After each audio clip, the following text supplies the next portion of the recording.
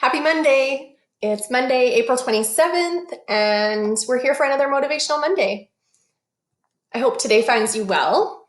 I was inspired by something this weekend, and it was a bunch of tulips that I had bought at the grocery store just to sort of cheer us up and have something pretty to look at this weekend. And so I thought we'd talk about blooming and growing today.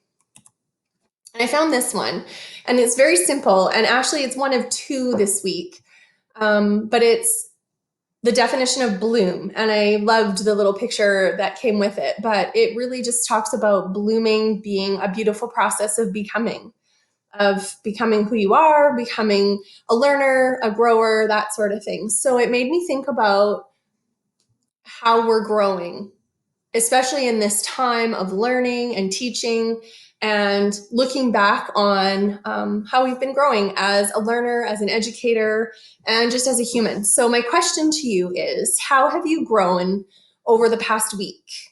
Maybe over this month? Maybe even want to go bigger and talk about how you've grown over this year. You can do that personally and professionally. But what I really love is that in order to think about how we've grown, we really need to be thinking about reflection. And so I'm encouraging you to think about these things. And if you can, write down a list of how you've grown.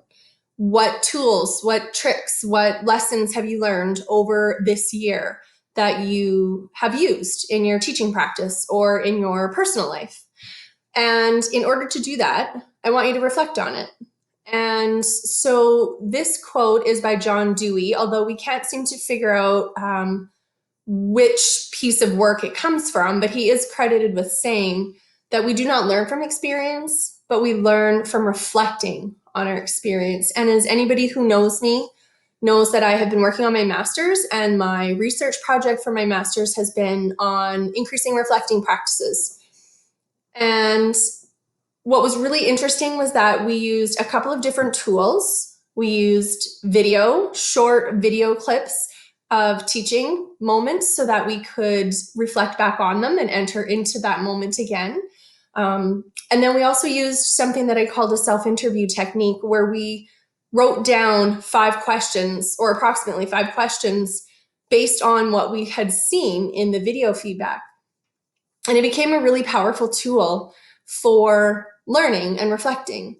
It enabled us to write a question and hopefully find an answer, and really focus in on something that we maybe knew or could see wasn't working. And so I'm really encouraging you this week to do this 2-part task.